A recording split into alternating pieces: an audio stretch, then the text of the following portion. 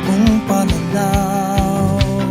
Isang mapagpalayang umaga Pilipinas, Diyos marahay na aldaw Bicolandia. Welcome po sa isa na namang umatika po, makabuluhan at mahalagang talakayan sa pagsasaka, ang ating kaugnay School on the Air on Organic Agriculture. Dito po sa probinsya ng Camarines Norte, the gateway to Bicolandia. Okay, so hatid po ito sa inyo ng Department of Agriculture, Agricultural Training Institute at Bicol, sa pagkikipagtulungan natin sa Camarines Norte Provincial Local Government Unit at Provincial Agriculture Office at sa mga lokal na pamahalaan ng 12 munisipyo dito po sa probinsya ng Camarines Norte. Ito po ang inyong likod, si Kuya Mike. Tayo po ay napapakinggan sa impila ng radyo dito sa Camarines Norte, DWEN 100.5 Cool Radio. Tuwing Biyernes sa ganap na alas 10 hanggang alas 11 ng umaga at tuwing Sabado at Linggo sa ganap na alas 9 naman at hanggang alas 10 ng umaga. Isang oras po tayo magsasama-sama sa araw ng Biyernes, Sabado at Linggo sa loob ng 3 buwan. At sabay-sabay na matututo sa pamamaraang organiko. Gandang buhay po sa ating 500 farmer enrollees na nanggaling sa 12 munisipyo dito po sa lalawigan ng Camarines Norte. Magandang araw, bayan ng Basod, Kapalonga, Daet, Jose Panganiban, Labo, Mercedes, Paracale, San Lorenzo, San Vicente, Santa Elena, Talisay at Vinsons. Ngayon pa lang po ay taos-puso na kami nagpapasalamat sa inyong pagsuporta at pagpapalaga sa mga adhikain ng kagawaran ng pagsasaka. Okay? So tayo rin po ay nasusubaybayan via YouTube. Just follow us on our official account, ATI Bicol, #Sarabay Channel, at FB page ng ATI Bicol, at syempre sa FB page ng partner radio station natin dito sa probinsya ng Camarines Norte. Okay? So bago po tayo mag-umpisa sa ating talakayan, ang aking pong pagbati sa mga nanay ng tahanan. Diba? Ngayon po ay sinaselebrate natin ang Mother's Day. So, Happy Mother's Day po sa lahat ng ating mga nanay at sa mga ang mga lakas ng ating tahanan o ilaw ng ating tahanan. At syempre, ako rin po ay binabati ko rin po ang ating mga farmer enrollees na mga nanay na Happy Mother's Day. Okay? So, yan. And syempre, bukas po ay tayo ay lalabas and magpa-practice po tayo ng ating right na magboto po. Okay? So, bukas po ang ating national election. So, iboto po natin kung sino po ang nararapat at pangalagaan natin ang ating mga boto. Kasi ang boto pong yan ay tatakbo yan ng ayan po ay magagamit natin sa loob ng 6 na taon. Okay?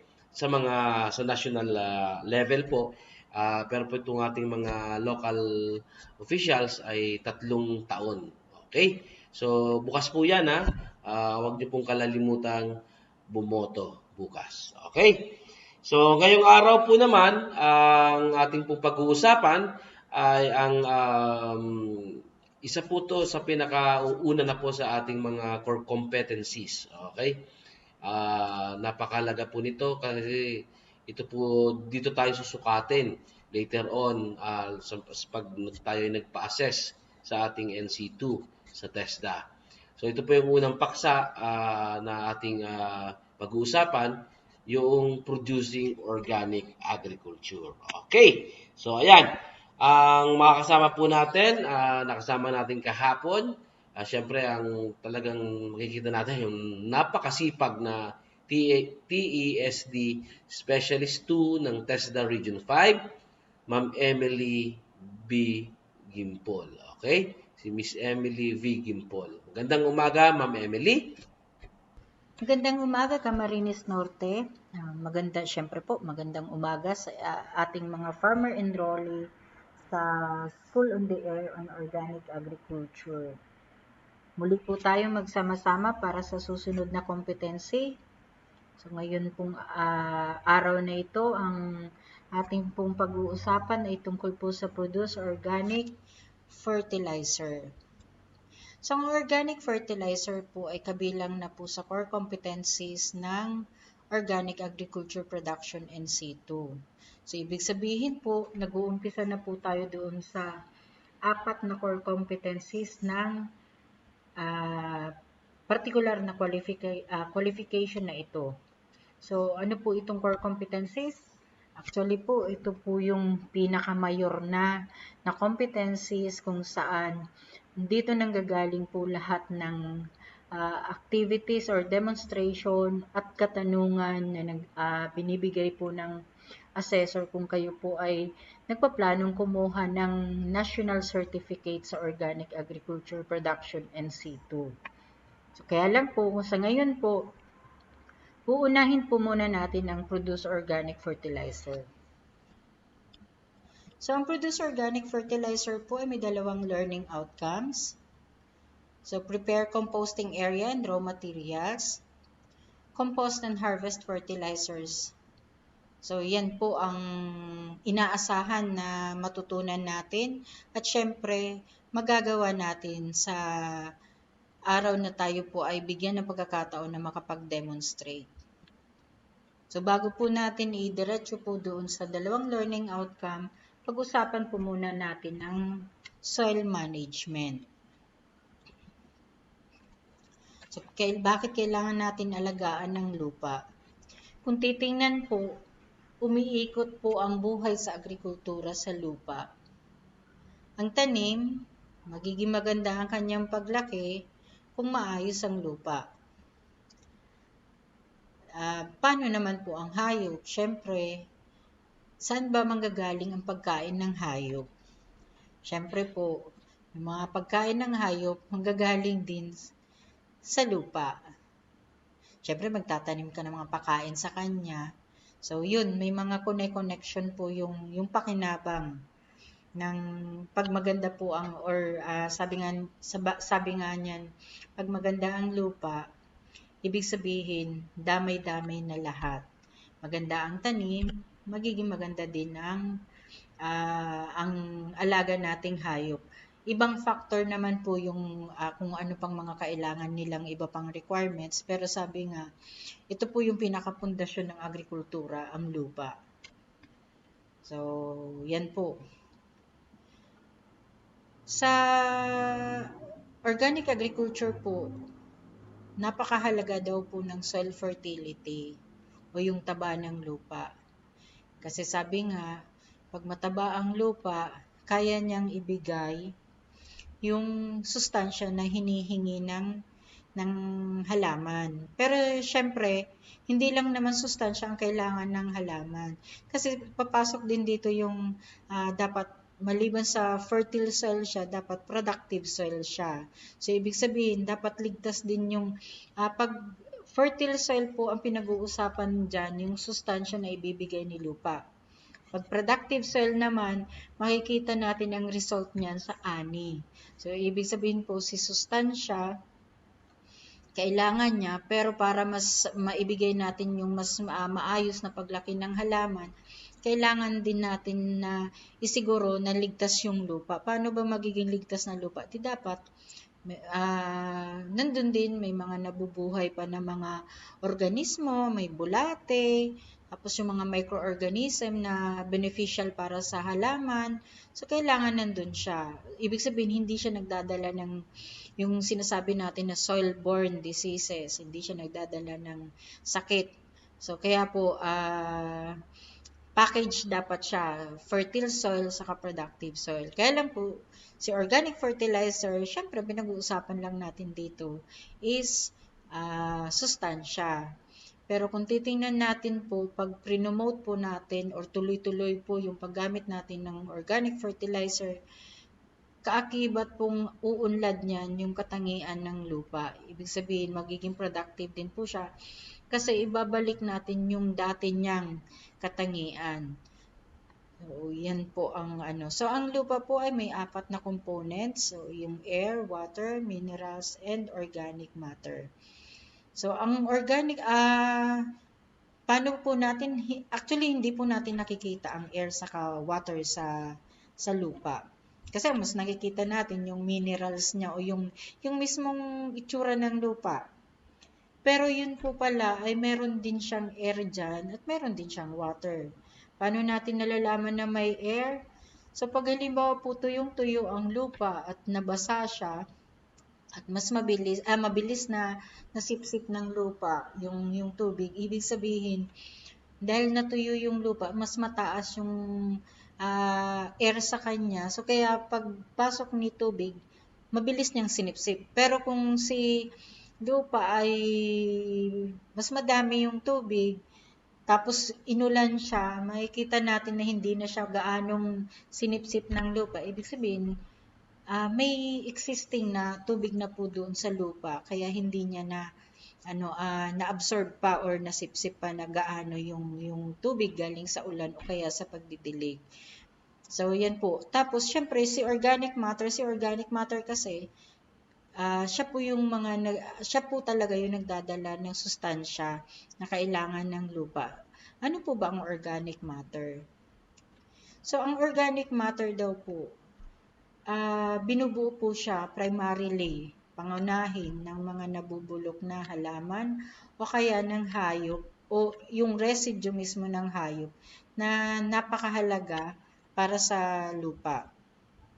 So, ibig sabihin sila po ay nagko-contribute para si lupa ay magkaroon ng sustansya.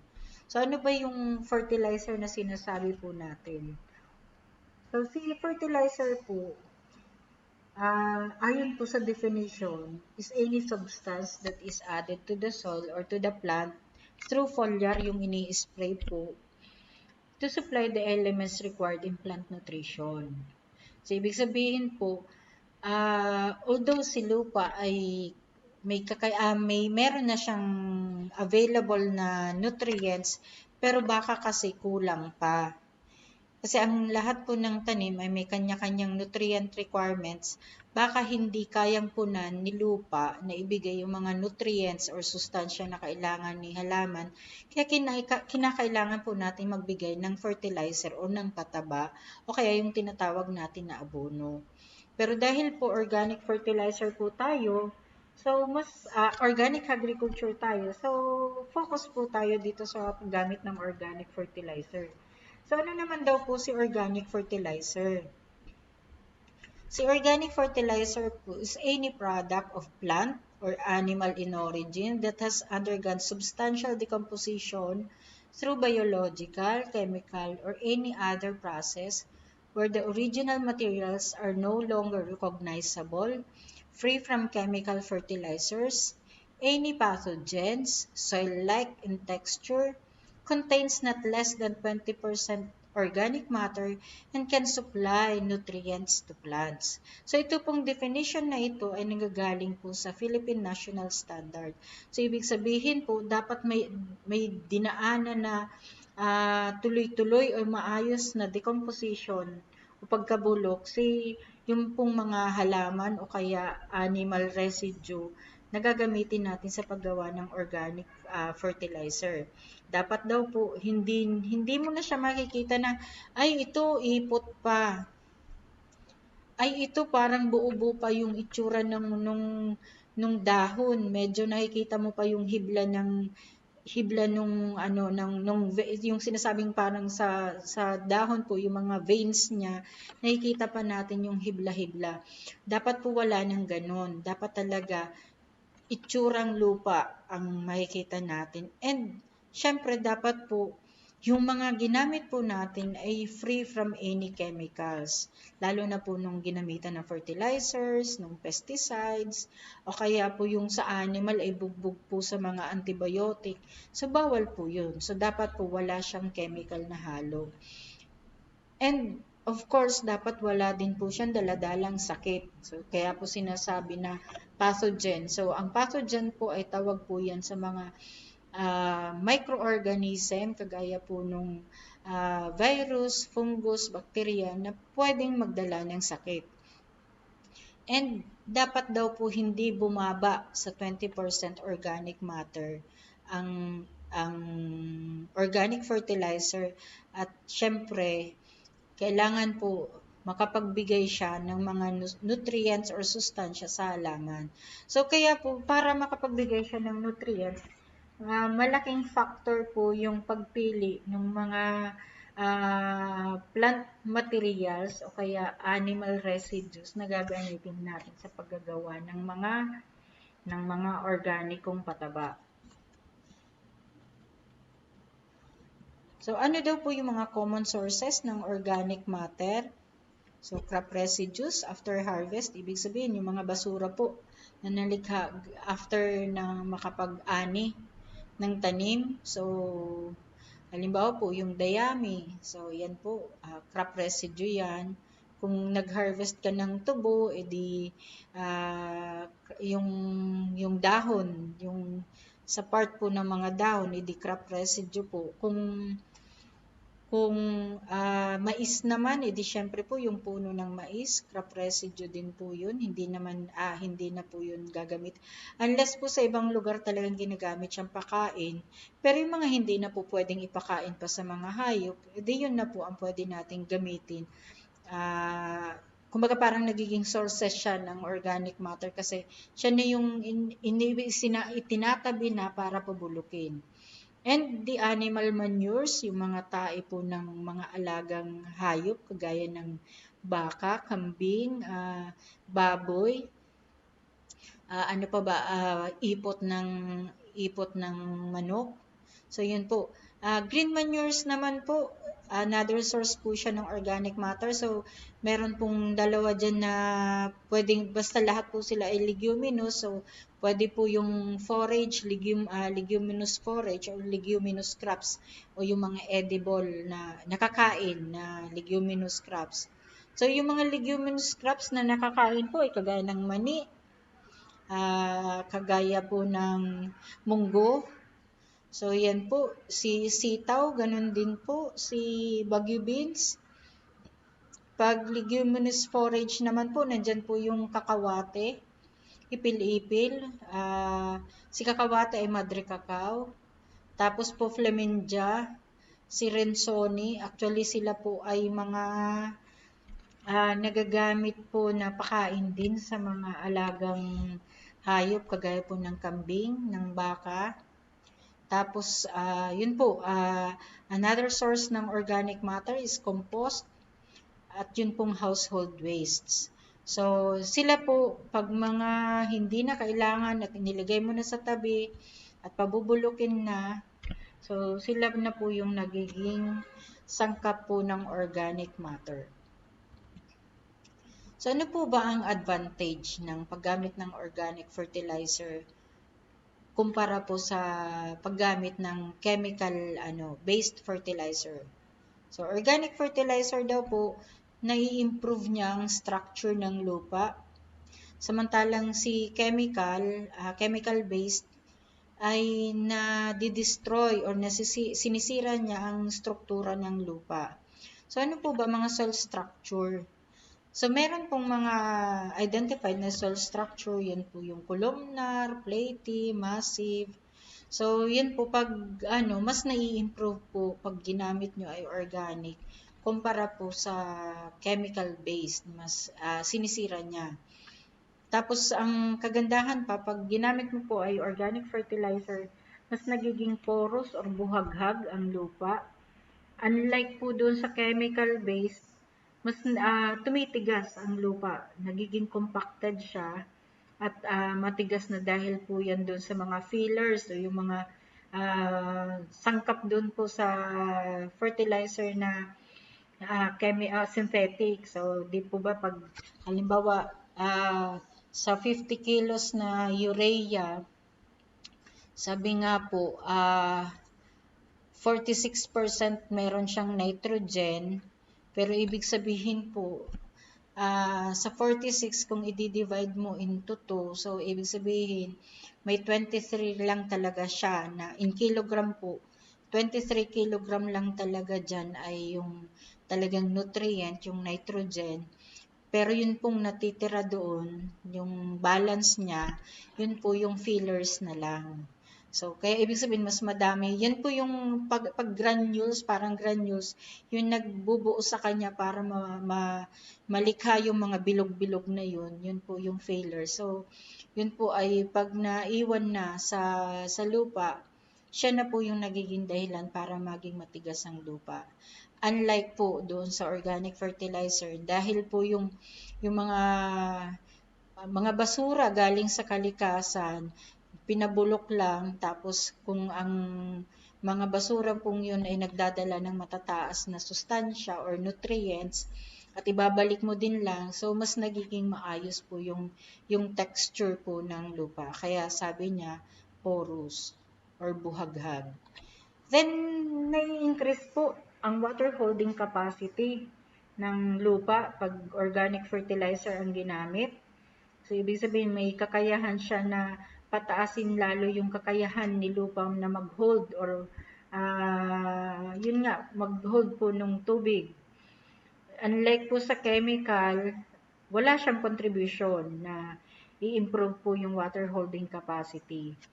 And si organic fertilizer po, na-improve niya ang pH, soil pH, yung acidity and alkalinity ng lupa, yung asim at tamis ng lupa.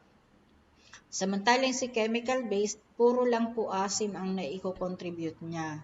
Bakit po kailangan natin i-improve yung soil pH? So, dito din po kasi nakasalalay yung bisa ng fertilizer.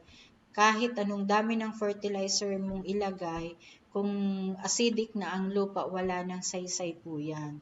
So, kailangan po, lahat po ng tanim ay may mga required soil pH. So, kailangan nating ibigay yung pH requirement ng tanim para po mas maging maayos din ang kanyang paglaki. So, ibig sabihin, hindi po lahat, lalo na po ang gulay, hindi po sa kanila lahat, hindi po sila lahat natutuwa na acidic ang lupa. Kaya minsan parang ang itsura ni tanim ay bansot, maliban siguro doon, baka kasi yung pH ng lupa ay hindi pumapabor sa kanya. Pero syempre po, maraming paraan para ma-check natin na baka naman kasi yung pagkakabansot ay hindi pa dahil sa pH. Pero sabi nga po, isa sa palatandaan na hindi pumapabor ang pH ng lupa para sa tanim ay hindi siya lumalaki ng maayos. So si organic fertilizer po ay nagbibigay ng macro and micro elements, samantala po si chemical-based fertilizer, ang ibinibigay niya kadalasan ay 1 hanggang 4 na elements or nutrients, and mostly karaniwan po ay yung macronutrient. Ano po ba yung macro and micro? So, pag sinabi po nating macronutrient, ito po yung mga nutrient na kailangan ni halaman in large amount o mas madami siya. So, example po ng macronutrient po yung kilala na natin na NPK, yung nitrogen, phosphorus, potassium. Pero marami pa po yan na, iba, na kasama. May sulfur, may magnesium. So, yan po. Pag micro naman po, kailangan siya ni halaman sa kaunting amount lang or kaunti lang ang kailangan niya. Pero, kailangan pa rin po siya. So, ano po yung mga micro? So, nandyan na po si zinc, si manganese, si boron, si nickel, so may mga, si iron, so kasama po siya sa micronutrient. Pero pag chemical po, wala, chemical base, so yun lang, complete, so si complete, NPK yan, 14% ng nitrogen, 14% ng phosphorus, 14% ng potassium. Tapos pag urea, 46% ng nitrogen. Pag muriate of potash, 60% lang ng potassium, wala siyang nitrogen, wala siyang phosphorus. So, yun po, ganun siya, naka-design lang siya na ganun. Samantalang si organic fertilizer, hindi man po madami ang naibibigay niya na nutrient, pero ibig sabihin yung bilang ng, ibig sabihin yung sa percentage ng per nutrient, pero madami po siyang nutrients na naibibigay. Hindi lang po macro, kundi po micro elements. So, makikita po natin yan, lalo na yung pong mga nagpasertipika ng mga deklaradong organic fertilizer, makikita po natin sa label noon kung ano ang madami siyang available na nutrients na kayang ibigay sa halaman. So, yun po.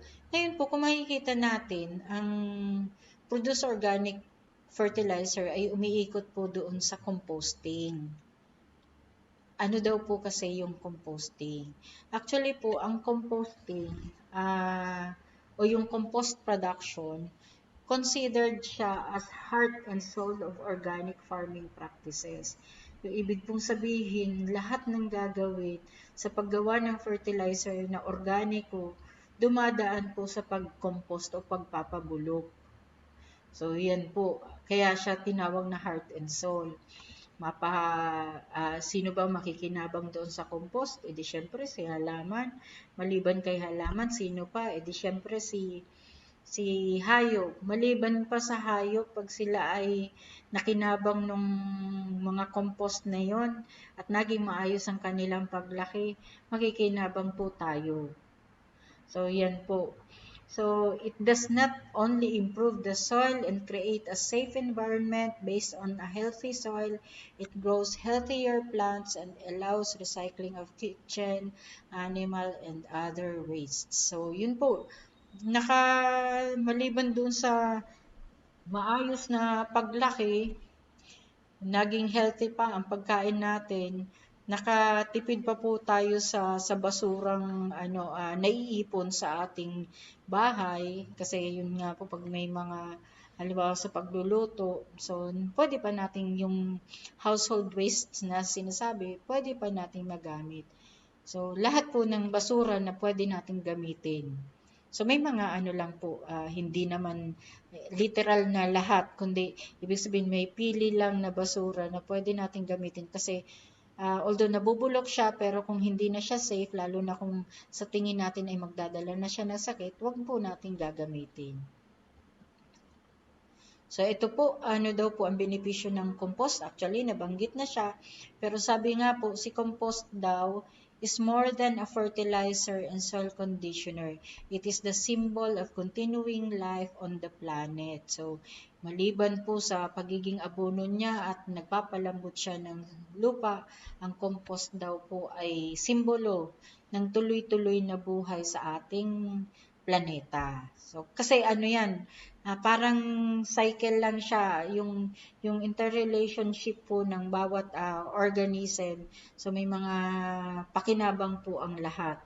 So, halimbawa, kung gumamit po tayo, kasi tulong si Bulate sa pagpabulok. So, nabulok siya, tinulungan ni Bulate. Tapos, nung isa na siyang produkto, gagamitin natin sa tanim. Tapos yung tanim, pinakinabangan natin o kaya ng hayop. So, hanggang sa aabot tayo na mag-i-expire o kaya yung hayop ay mabubulok, mamamatay, mabubulok. So, balik na naman siya sa lupa. So, ganun din po. Ikot lang, cycle lang siya. So, maliban po dun, malaking tulong dun po ang compost para ma-assist daw ang pag-control sa erosion. And of course, dahil nga nakaka-improve siya sa water holding capacity, nakakatulong po siya para sa water conservation. And nakakatulong din po siya para i-protect against drought, yung tagtuyot, makontrol yung pH, tapos matulungan po yung mga essential na microorganism para mag-exist sa lupa at lalong i-process ang lupa na mas maging maganda.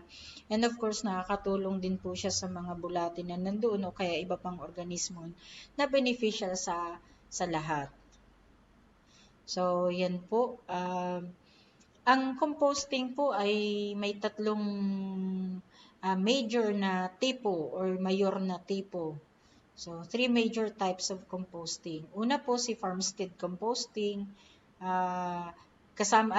Kabilang po sa farmstead po yung conventional method, 14-day composting, basket composting, chamber system, at yun po, yung apat na yun ay kabilang po sa farmstead compost production. At pangalawa po sa major types, yung organic fertilizer production from solid wastes. At pangatlo po yung vermicompost production. So, yan po, bali tatlo lang po sila, pero madamay-damay din po yan. So, bago po natin i-diretso yung procedure, kailangan po muna natin ihanda yung mga kakailanganin na raw materials or sangkap, at kailangan din natin isiguro na yung areang paggagawa natin ng compost ay maayos. So, kaya po, may sinasabi po na site requirements. Ano po yung site requirements? Para sa ating composting, kailangan daw pong pumili ng area na flat. So, choose a flat area or with a gentle slope of about 2% that drains away from water bodies. So, ibig po sabihin, kailangan natin pumili ng flat area, o kung wala talaga, kung halimbawa ang area natin ay hindi talaga siya flat, at least daw po ay may gentle slope, banayad na slope of about 2%. Ang purpose po nito para masiguro na hindi hindi mai-stuck sa kanya ang tubig sakali man na magkaroon man ng pag-ulan o pagbaha, hindi siya mababaha. So, area that is partially protected from direct sunlight and heavy rains. So, kailangan po na kailangan partially, at least may ibig sabihin po may existing pong mga puno dyan para hindi naman siya direktang nasisikatan ng araw, and kung malakas man po ang ulan ay hindi siya direktang babagsakan ng lakas ng ulan. And ito po yung away from neighbors. So, dapat po malayo sa ating mga kapitbahay. Bakit? Siyempre po, para po maiwasan natin yung reklamo na hindi nila nagugustuhan yung amoy. Kasi nga po, pag dadaan siya sa composting process, magre-release po siya, lalabas po siya ng mabantot na amoy. So, ang iniiwasan po natin, marami po nito na irereklamo sa barangay. Okay lang po sana kung dumaan sa barangay, at least na pag-uusapan. Ay kung nagmarites, hindi ikaw kinausap, kundi ipinangkwento ka na sa paligid. So, ang nangyari pa, imbis na settle or naayos yung concern, hindi po, at lalong nagkagulo dahil sa pagmamarites, dahil nga po sa mabantot na amoy. So, kailangan pong isiguro natin na walang ganon. Lagi po may consideration sa kapitbahay. Saan ba yung, pag ganitong umaga, saan ba ang hangin? May kapitbahay ba ako dito sa aking kaliwa? May kapitbahay ba ako dito sa kanan ko? So, yun po. And, syempre po, konsidera din natin yung hangin. Ang kagandahan lang naman po sa hangin, lalo na hindi po usapin ito ng amoy kundi po yung sobrang lakas ng hangin na pwedeng maka-istorbo po sa ating ginagawa. Pwede po tayo maggawa ng mga windbreaker. So, pwede po natin gawin yun. Maliban syempre sa amoy po. So, yung windbreaker po para at least kumalma yung lakas ng impact ng hangin. So, yan po. Then, kailangan din po nating ang area na pipiliin natin para sa composting. Kailangan pong malayo siya doon sa tubig. Ibig sabihin, kailangan po may tubig. Pero ibig sabihin, away from high water tables, which creates several problems, kagaya po ng flooding of site, drowning, and suffocating the microbes. So, ibig sabihin po, kailangan malayo siya doon sa lugar na yung pagkaunting ulan, posibleng bumaha, Ibig sabihin po, iwasan po natin pumili ng lugar na bahain. Kung wala talaga tayong choice, kasi minsan kung yan nga talaga ang area natin, bahain siya. So, ang i-adjust natin po dyan, yung design ng facility. So, kailangan, o kaya, maliban po dun sa design ng facility, magsiguro tayo na meron tayong mga drainage area, o kaya mga ditches, o yung pong nililikha na, o kaya magkaroon tayo parang barrier. Yan ba yung mga nakasako po na buhangin na if ever man na may baha, at least makakaprotect siya. O kaya malalim na kanal para kung bumaha man, may dadaanan mismo yung tubig bago doon sa compost site. So yun po yung yan po yung ginagawa pag wala ka talagang choice sa lugar. Kasi ayoko man pumili ng lugar na bahain, kaso mamang nabili ko po ay bahain, so wala po akong magagawa. So, kailangan mong gumawa ng paraan sa design na lang ng facility and of course, yung mga drainage system doon sa paligid. And, syempre po, dapat yung site ay easy access. Meron po siyang easy access. So, medyo kailangan mo talagang pagplanuhan kasi po, dapat malayo sa kapitbahay, pero dapat easy access siya. So, madaling puntahan kasi yun nga po, may mga kakailanganin ka. So, mas madali po yung hauling mo o yung paghakot o kaya kung may mga binili. And yung pag-store, halimbawa nakapag-harvest ka na, saan mo ba siya ilalagay? So, yun po yung mga dapat mong ikonsidera sa pagpili ng lugar na pagtatayuan ng compost site. So, yan po. Sa space requirements po, wala naman po siyang ibinigay na saktong space. Pero po, sinasabi na dapat ang space mo ay sufficient or sapat siya para doon sa dami ng iyong gagawin. So, ikaw po, kung ano man po ang plano mo, ikaw po ang nakakaalam kung gaano ba kadami. And, syempre, dahil kung halimbawa, ang plano mo agad ay 1 tonelada agad ang magagawa mo, syempre, alam mo na kung gaano kalawak ang iyong facility na ipapalagay or ipapagawa. And, maliban doon mismo sa processing area, dapat i-considera mo yung space mo ay kaya mag-accommodate ng mga equipment na kakailanganin mo. And syempre, dahil madami yan, kailangan mo din mag-allocate ng area para sa mga sasakyan kung malaki nga. And dahil malaki yan, kailangan mo din siyang i-considera po yung mga neighboring residences. So, yun po. Lagi-lagi po ang area nakadepende po sa volume ng iyong gagawin. So, ngayon po, dahil na siguro na natin na okay si area, okay na yung site, okay na po yung space. Ngayon po, pwede na tayo mag-umpisang kumolekta ng mga materials na gagamitin natin para sa composting. So, ano-ano po yun? Sa farmstead composting, nandito na po yung animal material, saka plant material. So, si animal material, alam na po natin, nandyan na po yung mga ipot, mga tae, and byproducts niya, yung balahibo, yung pakpak, yung buhok. So, sa plant materials po, consideration po dyan yung mataas ang nitrogen, mataas din ang carbon. So, pag si green materials po, ibig sabihin mataas ang nitrogen niya, pero low in carbon siya. So, yung mga plant wastes. Pero po kasama din po sa high in nitrogen po yung animal manure. Sa brown material naman po, nandyan po yung high in carbon siya pero low in nitrogen. Nandyan na po yung coco coir, yung mga dayami, yung bagase, at yung sa yung puno ng mais. So, madami po. Ang other materials po, pwede din pong gamitin yung mga kitchen wastes, including vegetable trimmings, eggshells. So, yan po. Para naman daw po sa mga materials to enrich and activate compost, pwede po tayong gumamit ng bone meal, seaweeds, leaves from nitrogen-fixing crops such as cacahuate, flamingia, and rensoni.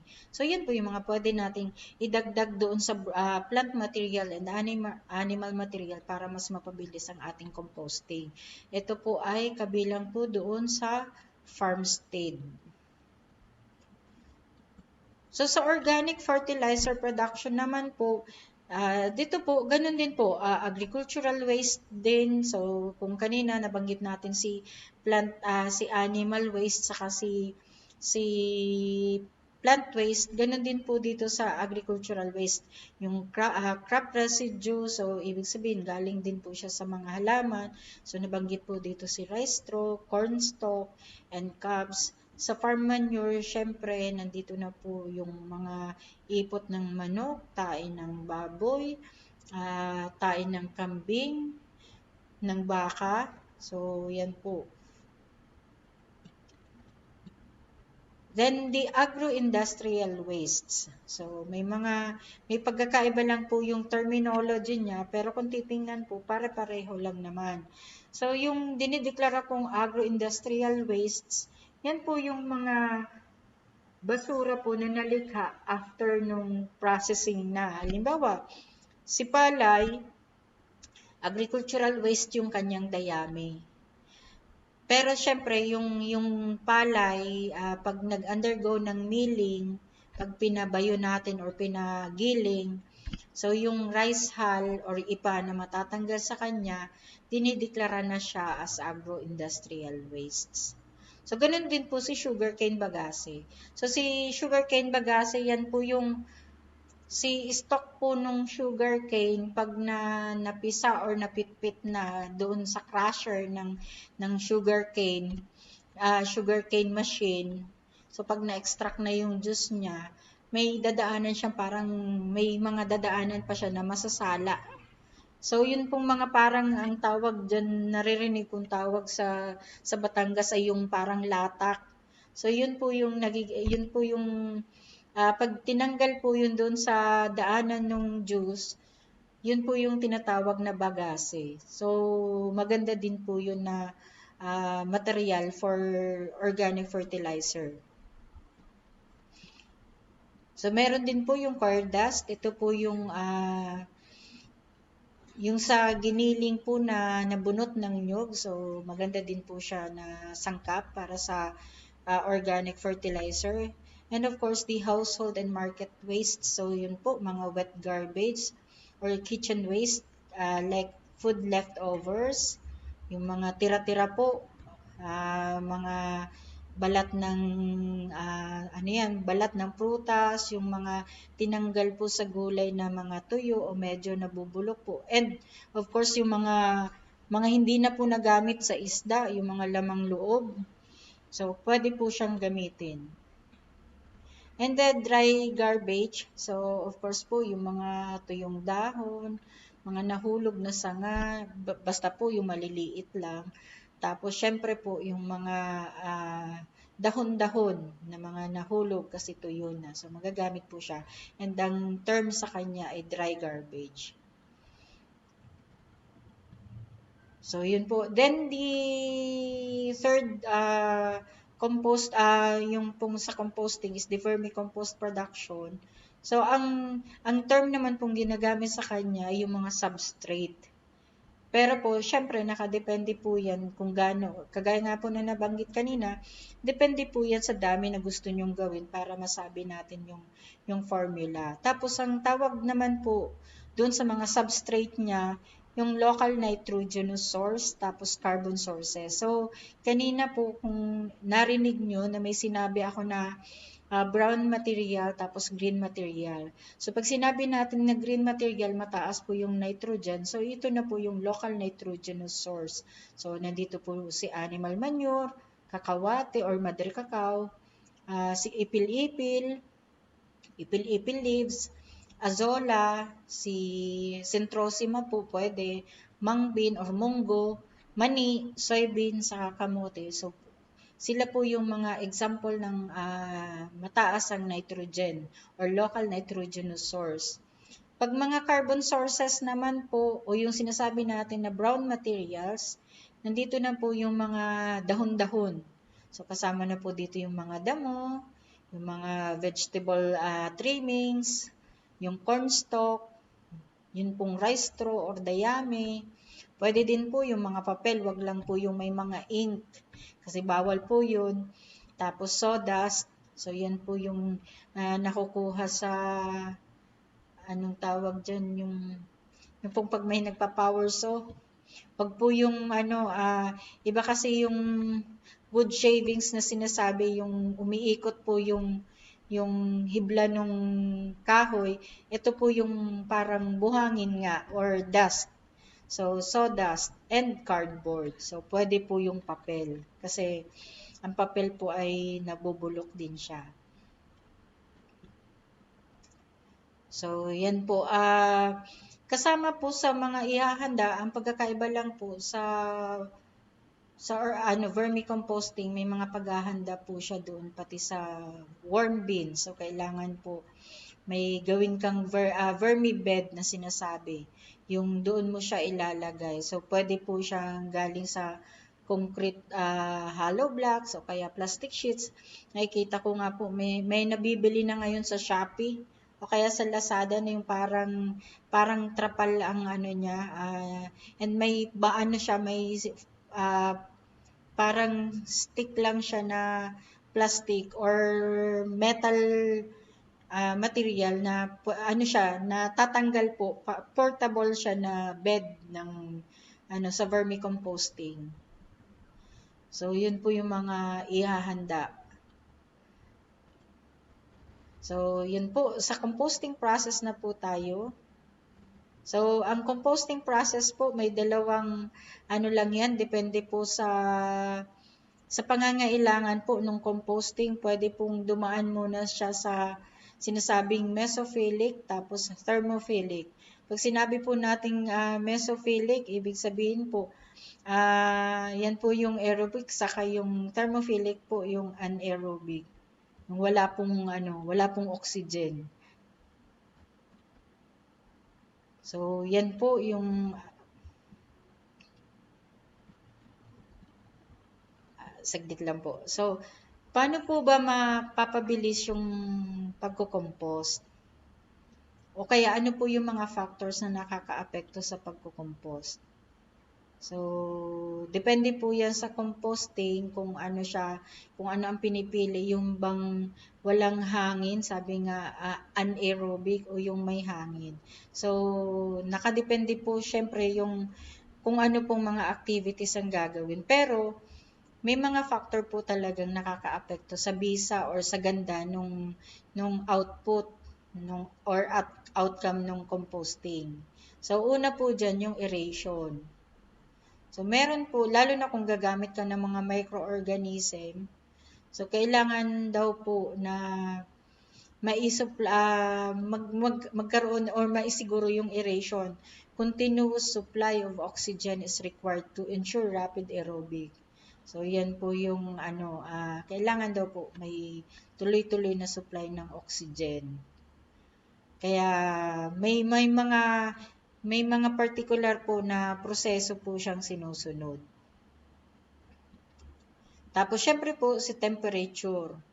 So, kung titingnan po, si temperature saka si aeration, kailangan magkakabit yan.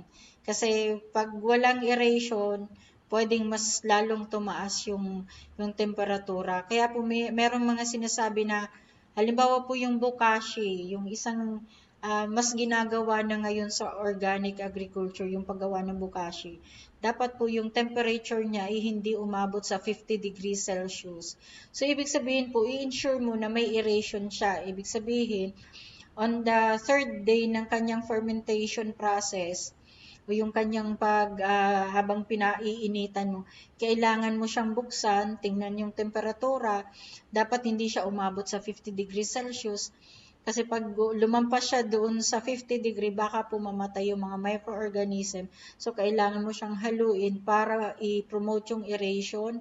Then, pag bumaba na yung, halimbawa, umabot siya ng 50. Pag bumaba na, saka mo uli siya tatakpan. Then, yun po, hanggang sa monitoring lang ng temperature. and i-ensure yung aeration.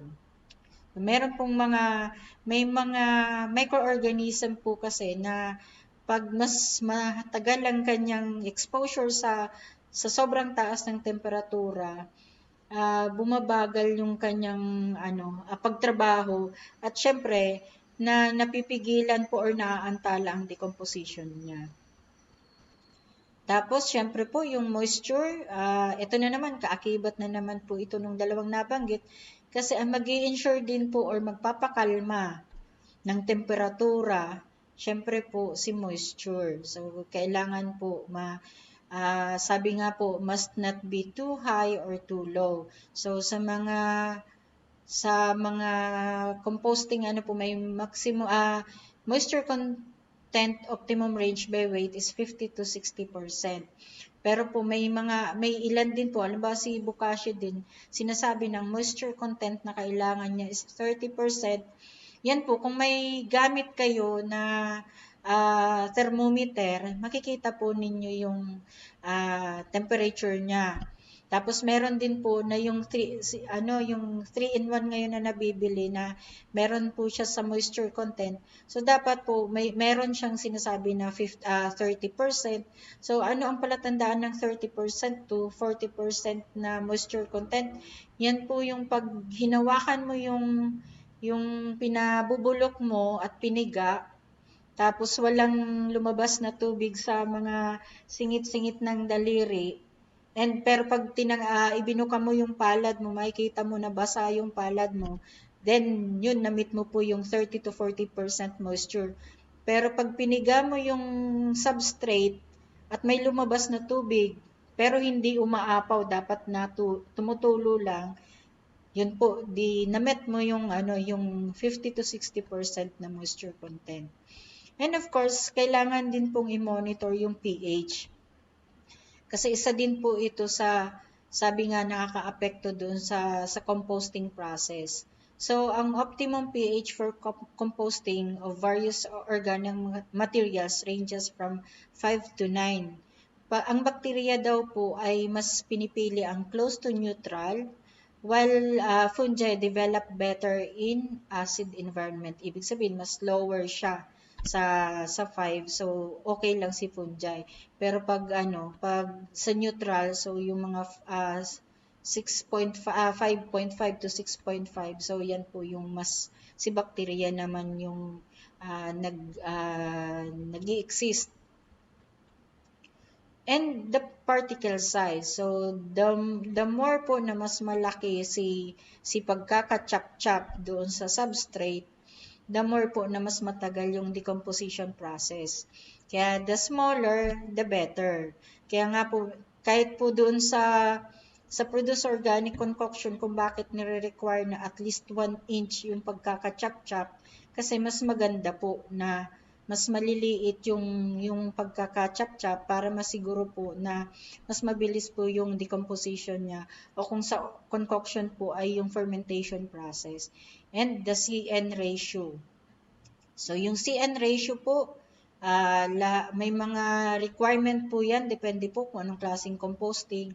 Pag mga simple composting po ay ang ideal ratio daw po is 25:1, 25% na carbon, 1% na nitrogen, while the organic fertilizer and vermicompost, ang ideal ratio is 30:1 na CN. So yun po. So yun po yung mga kailangan pong sundin na proseso or dapat pong tandaan para po masiguro natin na maayos po yung composting. So, ang pinag-usapan po natin ngayon, yung paghahanda lang ng mga gamit at yung area, masiguro natin yung area. Sa susunod po nating pag-uusap muli, mas madidetalye po natin yung mga procedures and of course kung paano po siya i-harvest. So, yun po. Salamat sa pakikinig po. Sa muli po. Ayan, okay. So, maraming salamat po, Ma'am Emily ng TESDA R5 para sa ating talakayan regarding sa producing organic agriculture. abangan po natin kasi hindi pa po kalahati pa lang po yung na-discuss ni Ma'am Emily. So sa susunod na Biyernes or sa darating na Biyernes ay ipagpapatuloy po ni Ma'am Emily ang ating paksang producing organic agriculture. Okay? So babalik pa po yan si Ma'am Emily sa Biyernes ulit. Ayan. Okay, so maraming salamat ulit Ma'am Emily. Mga farmer enrollees, marami naman ng dagdag kaalaman ang ating nakuha. At syempre, sa Biyernes po ay pagpapatuloy yon ni Ma'am Emily yung ating talakayan sa paksang producing organic fertilizer. Okay? So napakabilis po talaga ng oras. Maraming salamat sa DA, PLGU ng Camarines Norte, OPAG at ang 12 LGUs ng Camarines Norte. Sa aming Center Director, Ma'am Elsa, Chief namin sa IS, Ma'am Prime, at nakasama natin ulit sa ating technical side si Kuya John, at syempre ang ating admin staff ng IS, Miss Joy. Maraming salamat po mga ating kaugnay sa pagsubaybay, pakikinig at panonood. Sa susunod na Biyernes po ulit, medyo sa Biyernes po ang oras natin ay medyo move kasi ang pag-Biyernes po ay 10 o'clock po tayo ng umaga, 10 to 11. Okay? So sa same station din po ang ating abangan sa ating School of the Air on Organic Agriculture. At ito po ang inyong lingkod, si Kuya Mike, na nag-iiwan ng isang masaganang ani, mataas na kita mga kaugnay. Stay safe, stay healthy. Let food be your medicine and medicine be your food. Sa OA, we are all okay. Diyos mabalas po.